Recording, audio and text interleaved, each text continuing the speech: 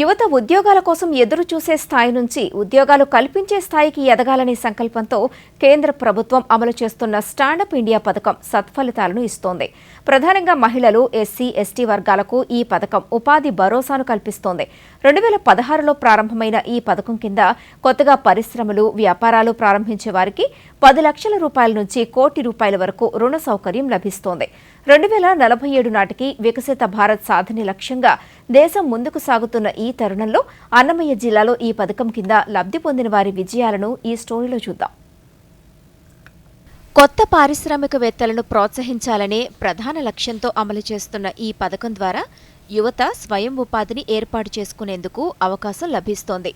అన్నమయ్య జిల్లా నందలూరుకు చెందిన వేణుగోపాల్ డిగ్రీ వరకు చదువుకుని ఉపాధి అవకాశాలు లేక సతమతమవుతున్న సమయంలో బ్యాంకు అధికారుల ద్వారా స్టాండప్ ఇండియా పథకం గురించి తెలుసుకుని బ్యాంకు నుంచి రుణాన్ని పొంది బస్సును కొనుగోలు చేసి ఏపీఎస్ఆర్టీసీకి లీజుకు పెట్టి తద్వారా వచ్చే ఆదాయంతో ఒకవైపు బ్యాంకు రుణాన్ని చెల్లిస్తూ కుటుంబ అవసరాలను తీరుస్తున్నారు.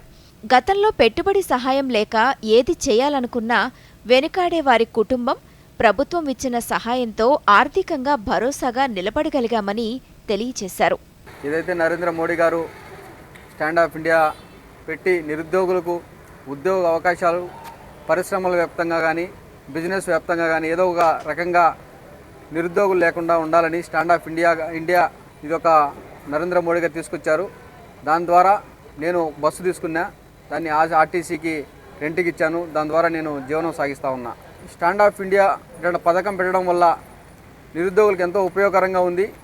ఈ పథకం పెట్టినందుకు నరేంద్ర మోడీ గారికి ధన్యవాదాలు తెలియజేస్తా ఉన్నా.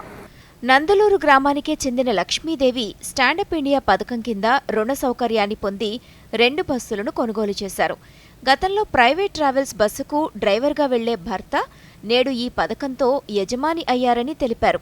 ప్రధానమంత్రి లోన్ ఇచ్చినారు, బస్సుకు తీసుకొని ఆర్టీసీ బస్సు పెట్టినాము. ఆ లోన్ వల్ల బాగుపడినాము. జీవితంలో వ్యాపారస్తులుగా స్థిరపడాలి అనుకునే ఎస్సీ, ఎస్టీ యువత, మహిళలకు ఈ పథకం ఒక అద్భుత అవకాశమని నందలూరు కెనరా బ్యాంక్ మేనేజర్ వెంకట శ్రీనివాస్ తెలియజేశారు.